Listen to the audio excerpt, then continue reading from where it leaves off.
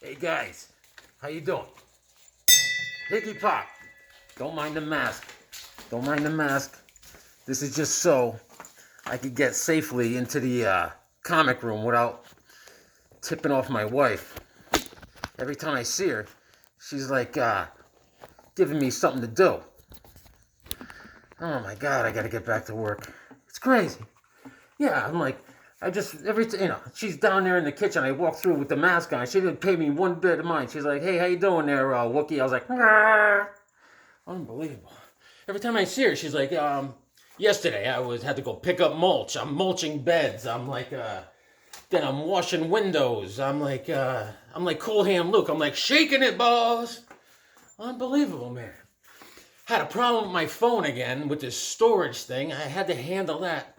I got a lot of problems, but I'm good to be in the comic room. Thanks for being here. And I'm trying to mind my own business and, not get a lot of comics, until I get back to work in a couple of weeks. But I can't help myself. Comics just keep coming at me. Just walking down the street, they're all sticking to my head. So I want to go over a couple things. And I wanted to make a video yesterday. I couldn't do it because my phone with the storage. And so here we are. I'm glad you're here. I'm going to go over a couple things and let the games begin. I was with Mrs. Hawkwoman. I had to bring her to the DMV. And I said, you go in the DMV. Be careful. And where's my Chewbacca mask? I got to hang up my Chewbacca mask. This thing works good. I don't understand how Chewie and Han Solo understands him. He's like, what? The warp drive? How do you mean? And what is the warp drive? I'm like, how does he? That's because they hang out a lot, Hans can understand them. I get it. It's like my mom. My mom's up in age and she forgets words and I understand her because I hang out with her all the time. I'm like, she's like, the chicken and the washing machine on the door. I was like, you need another cup of coffee. Is that what you're saying? Why didn't you just say so? So, there we go. So I said, I am going to the comic book store. And because last time I was there, I saw a Richard Dragon Master of Kung Fu that I needed, issue number 10, July of 76. All right. Look at that baby. I'm going to turn off this light because it bothers me. Let's see if is that better? That's better. Richard Dragon, Master of Kung Fu. Issue number 10. I need it. And the July of 76. The cover's by Dick Giordano. All right. And the Dennis O'Neil and Rick Estrada is does the pencils inside. And he's interesting.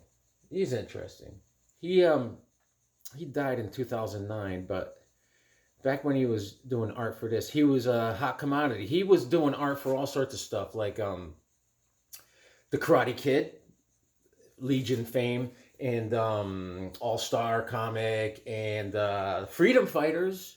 He did art for the Freedom Fighters, and Blitzkrieg. Remember Blitzkrieg? Great comic. And he also did Super Friends for a little bit in the beginning. And I'm going to show you some Super Friends today. That's issue number 10. This is Richard Dragon. Ben Turner, who is like the Bronze Tiger. He's a great character, one of my favorites. Bronze Tiger, someone in his family dies, and he gets this land and property in the woods somewhere, and he goes to move in. But there's these lumberjacks that are giving him a hard time. So he shows up with Richard Dragon and Lady Shiva, and they just like, come on, lumberjack, bring it. Good stuff. Richard Dragon, I'm trying to complete this. There's like 18 issues in this run, and I need like 7 or 8. I mean, I'm way behind, baby. So when I see one, tick, tick, tick, tick, tick, put it in the brain, and I go back and get it. There you go. Now, I picked up this. All the back issues were half off. No, buy one and get one half off. So I'm all over that like stink on a monkey. This is number 164, issue number 164. I should have brought my glasses. World's Finest. And I got this real cheap because if you notice, Batman has like holes punched out of his face. So whoever owned this was a real Ugats. I like to call them Ugats because they're like, hey, I have a hole puncher. I want to see if it works. What can I use? Oh, give me that world's finest comic. Kunk, kunk, kunk, kunk. What an Ugats. Anyways, so this is issue number 164. This is February of 67. And we got Superman, Robin, and that little girl there, she's called Jania. Anyways, Brainiac attacks, right? He wants to bottle City of Kandor, and they stop him. But he also makes this computerized woman, and she's giving him a hard time. And Batman is like, I'm going to send her to the Phantom Zone. And Superman's like, whoa, guy. You always going to extremes. Calm down, dude. And Superman shrinks her down and sends her to the bottle City of Kandor. He's like, let them deal with her. Anyways, but the pencils are by Kurt Swan inside. The writer is Leo Dorfman. All right. I love it. I don't care if Batman's face is punched out. He deserves it. And I picked up this beauty. Weird Western Tales. Issue number 23. Little Jonah Hex action. I don't have this one, so I got it. And this is August of 74. I was very young, probably half a year. And Jonah Hex is teamed up with some guy, Fleming, or I can't remember. And they're tracking down the Lando brothers and And also, there's a terrorist organization assassination on President Grant that he helps stop.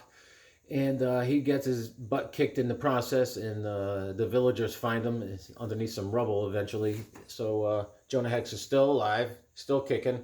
And Michael Fleischer's the writer, and Tony DiZuniga, as always, doing the arts inside.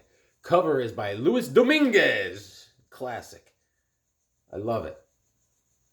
I love it. I'm glad to be owner of it. And I needed this because I'm working on my Iron Fist still, and I needed some issues. I need a lot of issues, but this is the Marvel premiere, issue number 24. I grabbed this bugger, and this is September of 75. And this is called Summer Kill. All right? And I was without a phone yesterday to record, so I did a little reading yesterday. So he's good, Rand here, our little Iron Fist, he goes to a softball game. Why not? The guy's got to do something. And this robot attacks. Oh, yeah, it's going on, man. Oh, yeah, baby. Pens are by Patrick Broderick. He did a lot of Legion of Superheroes and the Micronauts, Pat Broderick. So he's been around, kicking around Marvel and DC. And, that's all I got. I like it. And it fills a hole that I have. And speaking of Rick Estrada, he doesn't do any art on these, but I picked up 4 Super Friends issues. And let's see what I got. 31,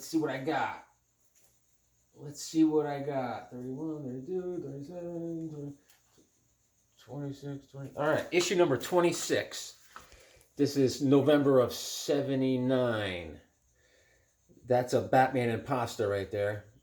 And Ramona Fradon does the pencils, and she does the cover.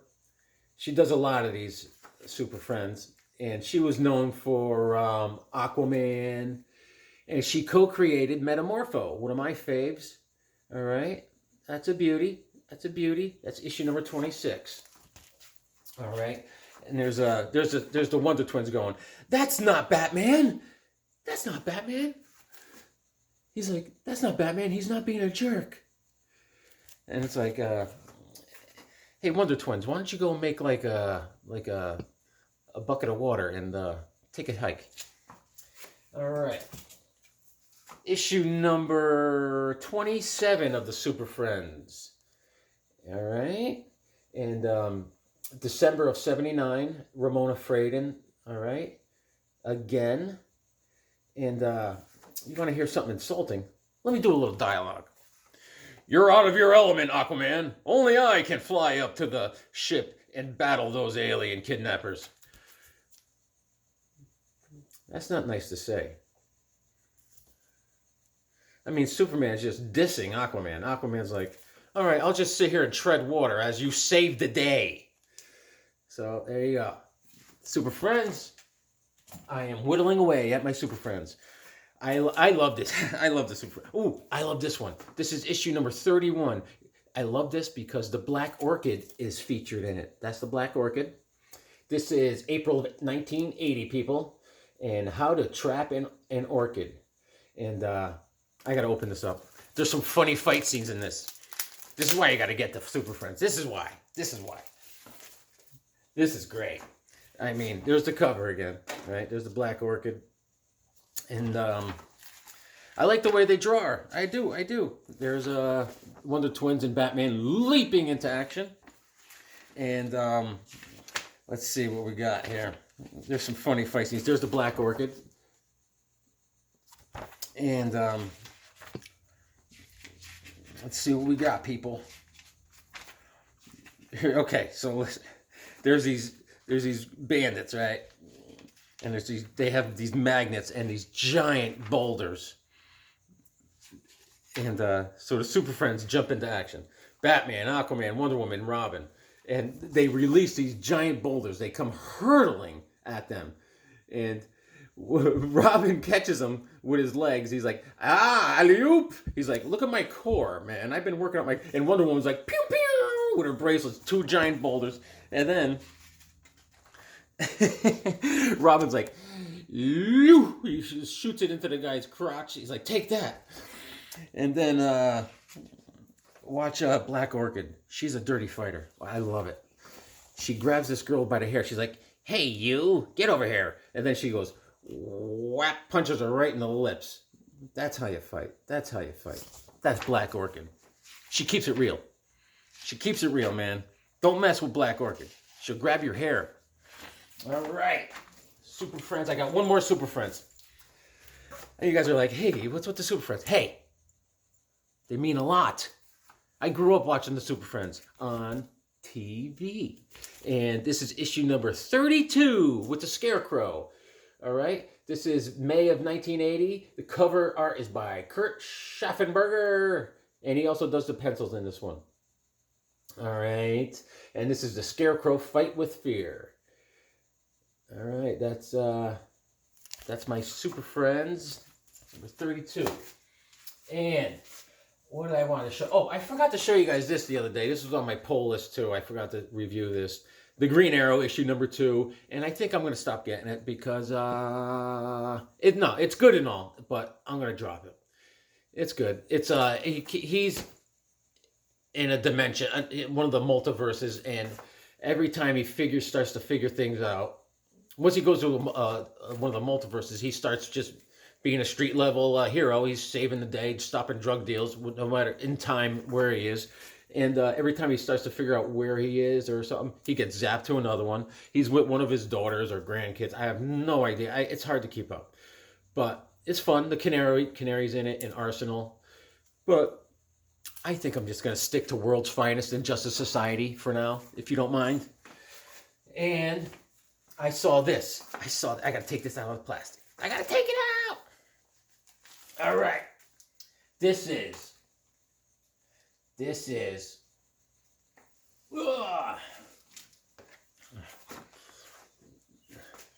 Double Dare Adventures by Harvey Comics, issue number 1. All right. This is December of 66, and it features B-Man. All right, man. I sent a picture of Solid Force Bend. I said, have you ever seen this? He's like, no. I said, then I'm getting it. Yeah, I never seen this, man. And he says he has other issues from this Double Adventure Harvey stuff. And yeah, I never seen this one. And it features B-Man. It also features the first appearance and origin of Glowing Gladiator. And the first appearance and origin of Magic Master. And I love it, man. I love it. His real name, B-Man, is Barry Ames. All right, so it's a riot, man, inside, and he is like a disgruntled NASA employee. So there's a Mars probe that they launch, and he makes it crash because when it crashes on Earth, he's gonna steal the stuff inside. So when he goes to recover all the stuff, it turns out there's alien bees in there, and they take him and do all sorts of stuff to him. And he starts going on a crime spree. But then the government captures him and rehabilitates him, and now he does good. He's a superhero. All right, and that's it, man. The creators of this guy are Otto Binder. All right. So that's B-Man. Harvey Comics. And there's the art inside. That's the glowing gladiator. And I'll show you a little B-Man real quick. B-Man. There's a little B-Man action.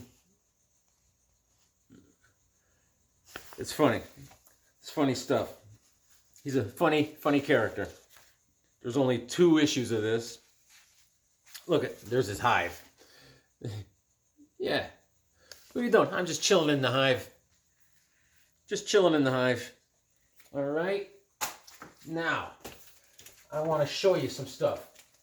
I mean, I'm backed up on issues here because when I'm out of work, I'm trying to do a video a day just because I want to lose my mind. So the other day I wanted to do my favorite Hawkman covers that weren't Hawkman issues from the Silver and Golden Age. So I took out some Brave and Bold. I did. And I have this one. This is Hawkman Brave and the Bold issue number 35. All right. I got this a long time ago. This is May of '61. Those were the days. And this is a Golden Ager, I think. Yeah, Golden Age. And this is a classic. And this is the first appearance of Mattermaster.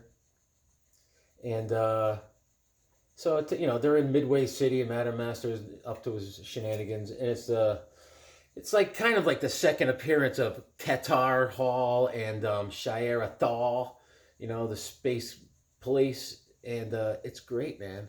I scored this a long time ago. I got a good deal on it because I own it. So I love it. I love this cover because this cover is based on the second story in there, and it's very it gets into a lot of stuff, but it's great stuff. That's Brave and Bold issue number 35. This is before Carter Hall has the wings on his helmet. And let's go to Brave and Bold. Brave and Bold.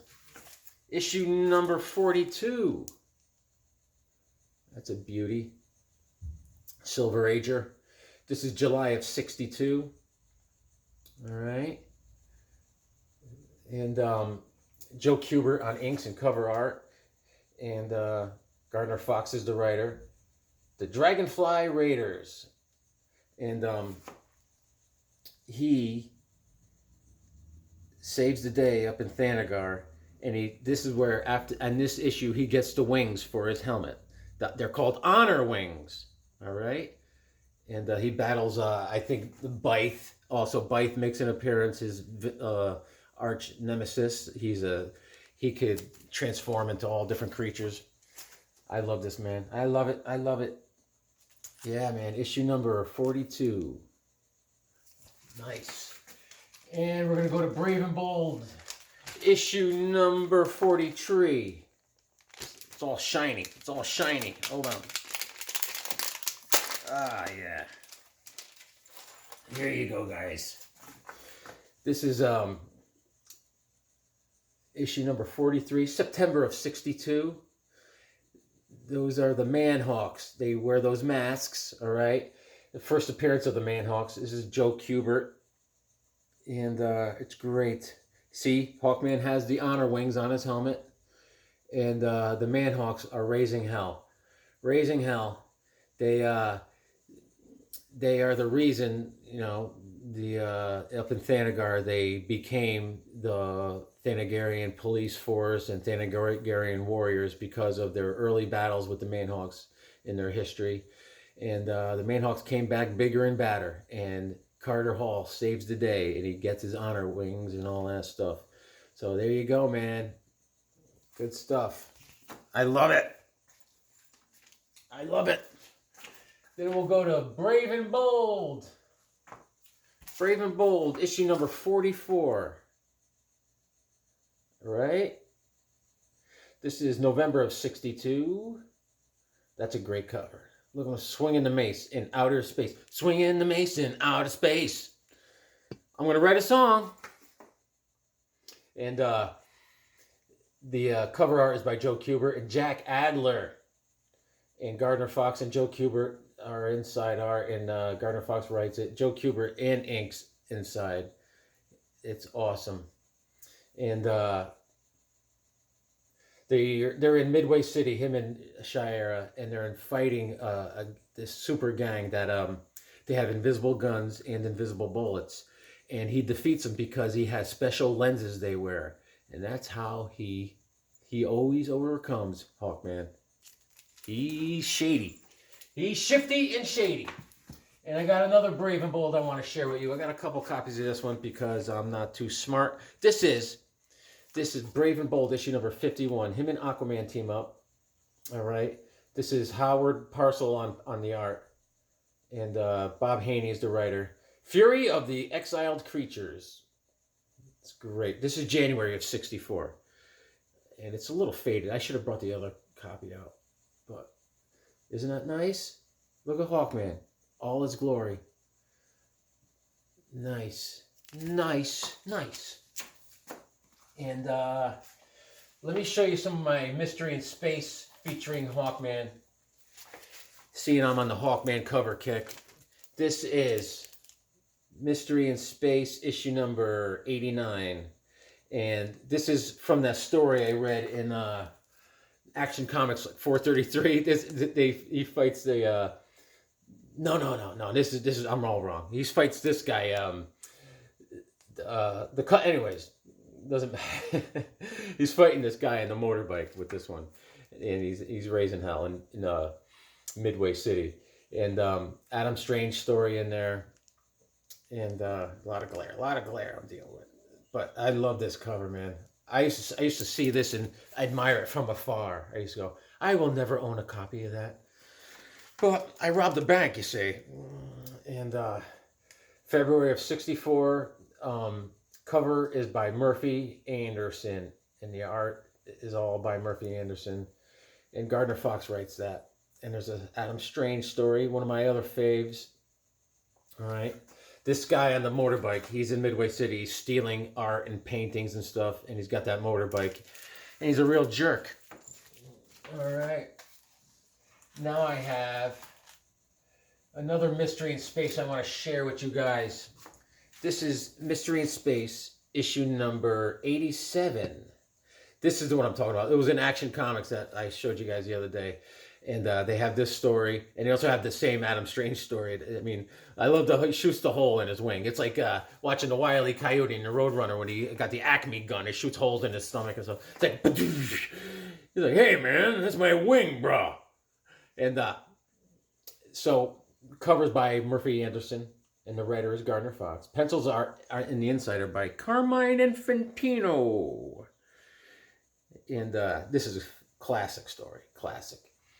And Adam Strange story is where he gets super intelligence and his head grows. Love it. Mystery in Space.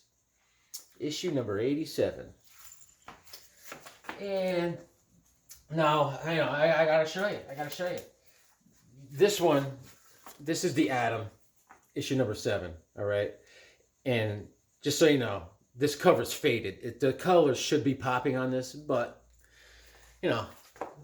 I paid for it, and that's what it is. July of 63, and they fight these little aliens, and it's just a classic. I had to have this, man.